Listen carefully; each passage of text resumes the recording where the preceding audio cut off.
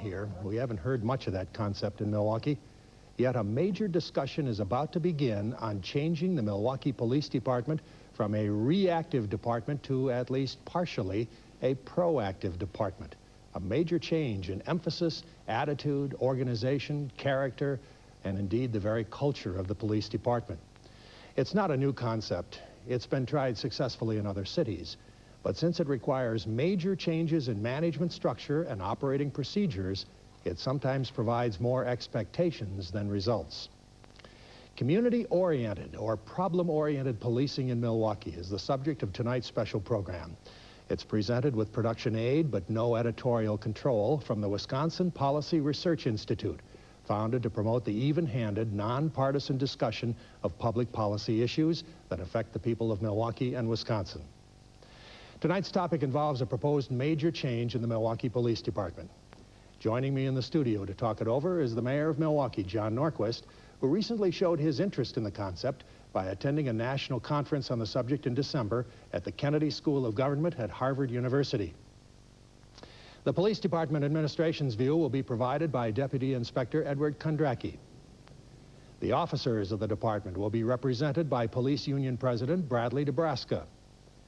And since the concept involves a close working relationship with community groups, Mickey Harris will give us that view as president of the Northwest Community Alliance. It's a major subject involving a possible major change in the city police force. And we'll learn more about it, we'll hear a discussion of it, and we'll learn the mayor's plans for community-based policing on tonight's Wisconsin Insight program.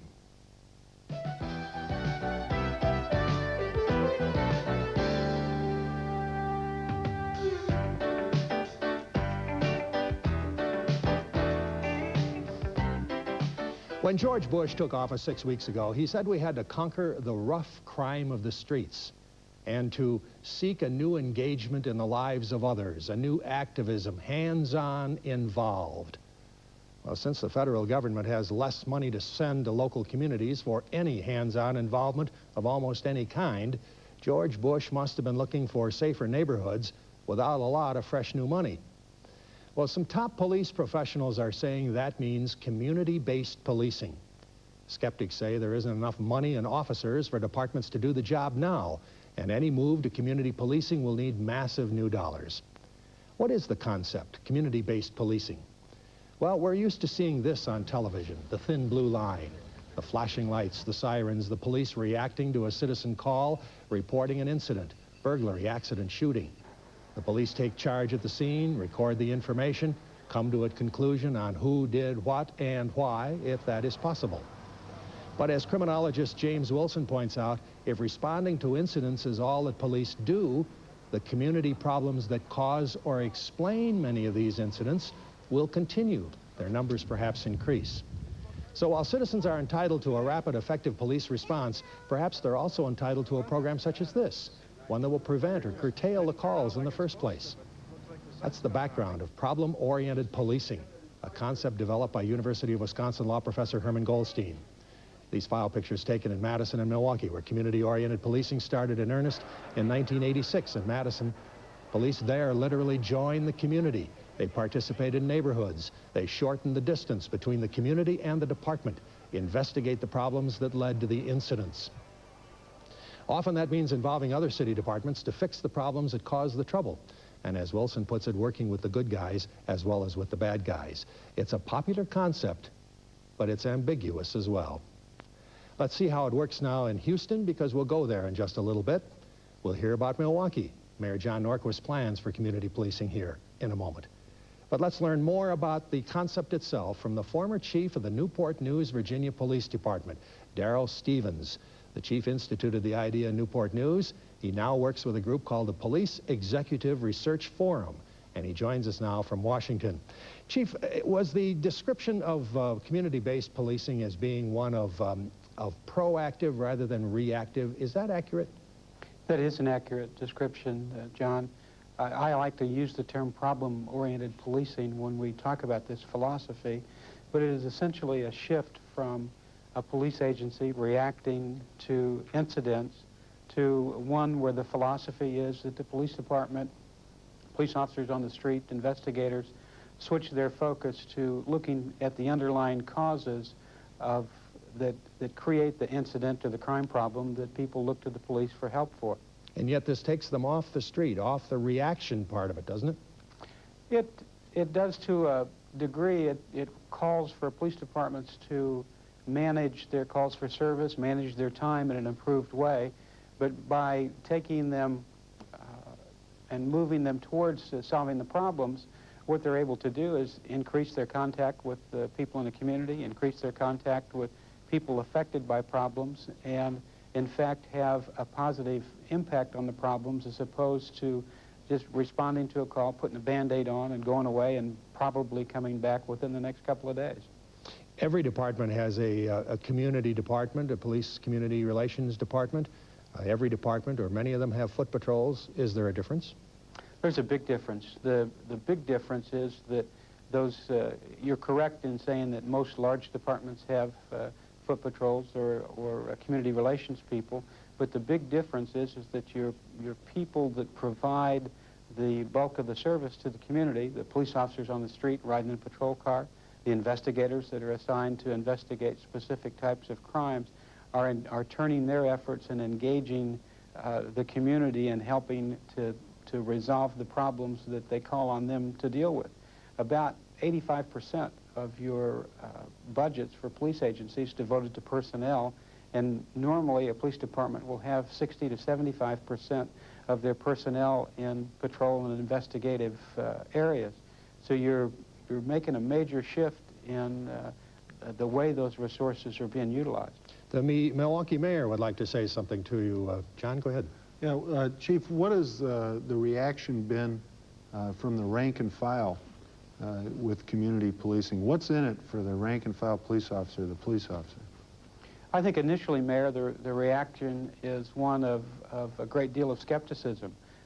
Officers on the street look at the number of calls that they have to make, they look at their current workload, and they say, what you're asking us to do is to do more when we don't have the time to achieve what we are required to do right now. In reality, as you begin to manage your calls for service and implement measures to manage that time, officers do indeed have time to focus their energies in on specific problems.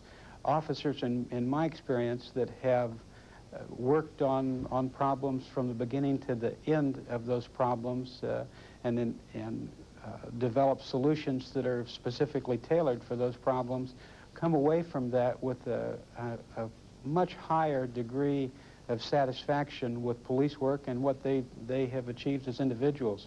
So as time goes on, once this concept is implemented, you begin with skepticism, you go into people giving the concept a try, and then you move into a great deal of satisfaction with the type of work that goes with problem-oriented or community-oriented policing. Okay, Darrell, thank you very much for the time. Appreciate your coming in today. Thank you very much. Darrell Stevens, the former chief at Newport News, and now with a group called the Police Executive Research Forum in Washington. Officer Robin Kirk of the Houston Police Department had to be talked into becoming part of a neighborhood fear reduction project there. But once in it, he was converted, and he is quoted in the February Atlantic Monthly as saying, traditionally, police officers, after about 3 years, get to thinking everybody is a loser. Those are the only people you're dealing with. In community policing, you're dealing with the good citizens, helping them solve the problems. Well, that same article points out that some of the biggest changes toward community-oriented policing have occurred in cities where a new chief has come in from the outside with a mandate to shake up a moribund department. Lee Brown brought community orientation to Houston under those circumstances. It's still there, but budget cuts have hurt the concept. Here's a report from Houston, KPRC, and Ken Kalthoff. Houston is a city of more than 1.5 million people, nearly 600 square miles. It's still recovering from an economic bust that slashed property values and left the city budget reeling. It's been nearly 3 years since the city hired new police officers or gave the ones it has a raise. That has most of them far from happy with Mayor Kathy Whitmire. The force to protect the city has shrunk to just over 4,000. The chief and his people say it's not enough. We need a large amount on these streets. patrolling the streets. 8 years ago, police first started planning to shift command of the force for this sprawling city away from downtown to save officers valuable travel time and keep them closer to the neighborhoods they serve.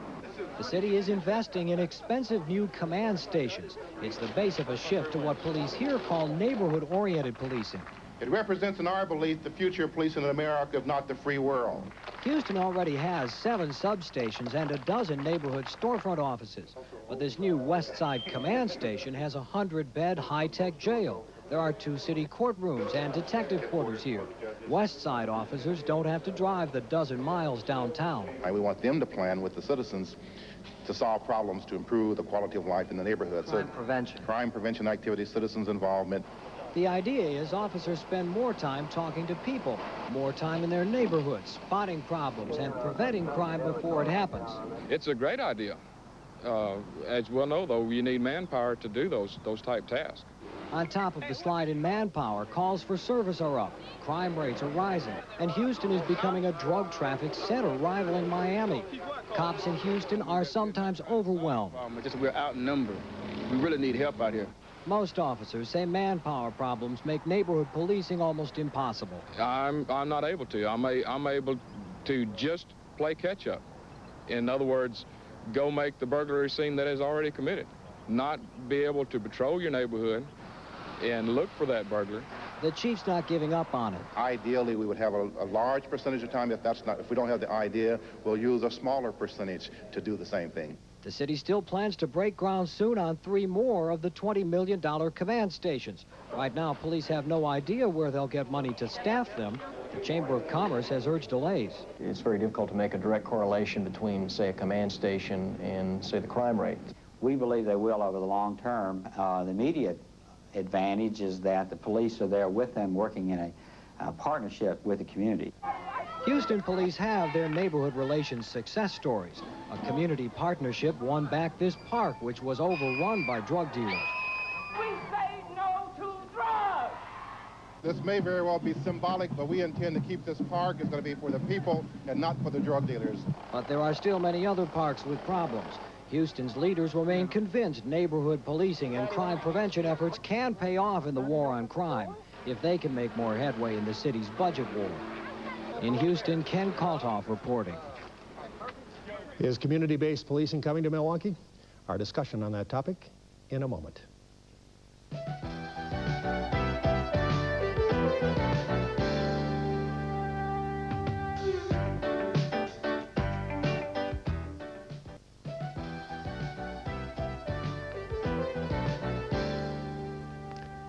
Joining me in the studio now, Mayor John Norquist. Is community-based policing coming to Milwaukee?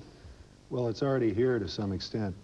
We have people in our police force, both in the precincts, and we have the Community Relations Division headed by Captain Coleus. There are Inspector Calavota and the other people that work on this. But not to the extent that we're talking about here.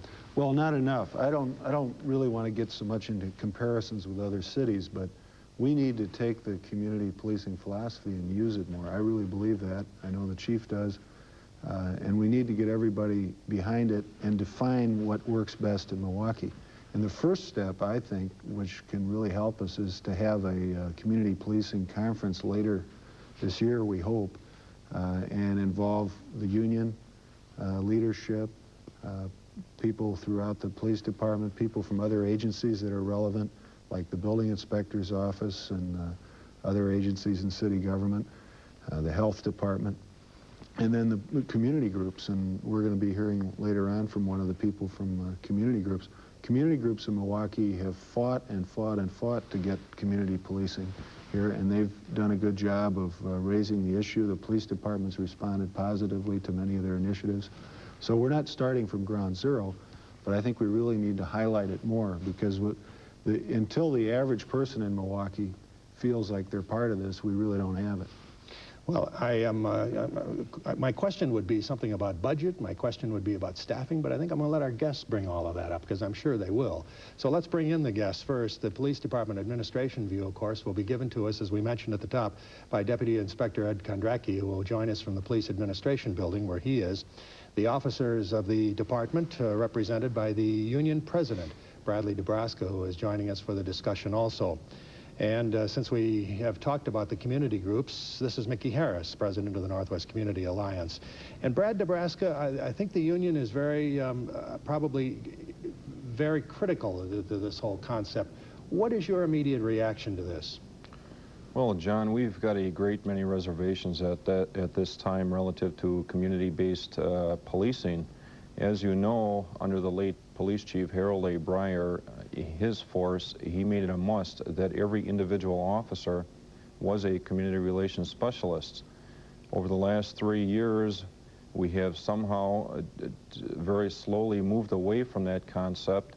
I think a lot has to do with the manpower and the structure of the police department. You know, John, we've lost over 200 police officers' positions, 50 detectives' positions, and another 75 able-bodied positions due to the limited duty program Police Chief Ziarnik has created. What that has done was basically put us in a reactive type position where we feel we can't serve the community and we are going from call to call. If I hear a hue and cry now for community-based policing, if this is the answer to restore the cuts made in the police department over the last 3 years, I'm all for it. Does he hear that call, Mayor? Well, I don't think it's as simple as just adding more people to the police department, but I think it's good at this point that the union leadership has doubts, because they should, until we become more familiar with exactly how we want community policing to be used in Milwaukee. It's good that people have doubts about it. It's appropriate, and that's why I want to have this conference later this year, and I want to have, if they're willing to do it, I'd like to have the union involved in planning the conference so that we can all find out what it means. Let's ask him, excuse me, Mayor, let's ask him. Bradley, would you be willing to do that? Would you be willing to participate in that planning? Sure. I don't think at this time, it's premature to say I wouldn't. Sure, we'll take a real hard look at it. Well, let's switch to the community groups, Mayor, if we can, and see what Mickey Harris has got to say about this. She's probably, are you still there, Mickey, or are you jumping off the chair with joy because hearing all of this? Because you've been working in this for quite a while, haven't you? Yes, I have, about 2.5 years. So are you in favor of this whole concept? Absolutely. How people feel about crime is just as important as the crime itself, including police officers, not just community people. And I can understand the police department being afraid of having to do more with less. When you do community policing, you're not doing more with less. You have more people. They're not police officers, they're community people. They're people in block watches and business watches, people who are involved in crime prevention activities, people who have a close relationship with the department and share information with them. Is that your concept of it? Do you see that involving the community to that degree? Yeah, that's what it's all about. If you have a community that feels like they can get involved with the police department's involved with the community, everybody benefits from that. It makes the police officer's job more interesting. It makes the community groups feel like they're part of the city's effort to hold down crime. It works in the interests of everybody involved. One of the changes, however, will have to be a change in the organization, a change in the management style, a major change in the department itself. Do you see that, Ed Kondracki, as being a major change in your department? Well, John, actually problem-oriented policing is more a change in philosophy than a program. It's a matter of the police recognizing that many of the calls for service that we've been responding to are really caused by other problems in the community, and that by bringing other city departments in, we can in many cases impact on the problem. As an example, traditionally broken windows in a neighborhood are a symbol or represent the community that perhaps they've been abandoned by their local government. Now, if we can bring in, as an example, the building inspector or other city departments to impact on the problems, I think that we can increase the satisfaction in our neighborhoods and impact on the crime problem. You know, we've got a special situation here in Milwaukee in that we've got a chief who stands for progressive change, Chief Zarnik. We've got a mayor who's willing to get involved and provide the support of other city departments. And most importantly, we've got a community that likes to get involved. Because after all, problem-oriented policing is really a way of working with the community to help the community solve some of its own problems. I was just going to say that I agree with what he said about it being a philosophy more than a program. We have a program right now, the Block Watch program and Captain Coleus's program. And Captain Coleus would tell you himself that it shouldn't just be a program, it should be out in the precincts. And that's happening. And that philosophy is spreading. It just needs to spread faster. No, but if it's, you're talking about a philosophy, but yet the union seems to be, at least if we can understand what Brad Nebraska is saying, the union seems to have a concern about it. That well, they should have a concern about the level of personnel. That's the legitimate thing. Unions should look at wages and working conditions, and they should look at what the personnel levels are. That's all a legitimate topic for discussion and sometimes disagreement. But that doesn't mean that that the subject of community policing is totally controlled by personnel. Right now, there are police officers in Milwaukee that are members of the union that want the neighborhoods that they're working in to get better. They want to solve crime. They want to see the bad guys put in jail. They want to help the good guys that are trying to build a community, and community policing helps give them the tools to do that. Now, how the program is set up and exactly how it plays out needs to be determined, and the one thing I'm committed to is to have a process where the management and the police department, the Common Council, business groups, neighborhood groups, and the police union are involved in designing this program, or this philosophy, whatever we want to call it, so that it'll work. Brad Nebraska, there are people who say that if you want social workers, they should be hired, and that police should not be social workers. How do you think that there is an element of social work involved here, and that it's not the traditional paramilitary police? I don't think there's any question about it, John.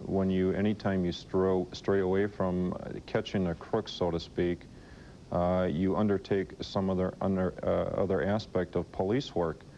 But you also have to look at some of the social impacts that is created by community-based policing and some of the social economic reasons as why it's needed in the first place. We currently, 3 of the aldermen are creating a task force to sit down and take a real good look at some of the social reasons why we need for the community-based policing. And that's coming up, and I applaud Alderman Marvin Pratt, Marlene Johnson, and Michael McGee.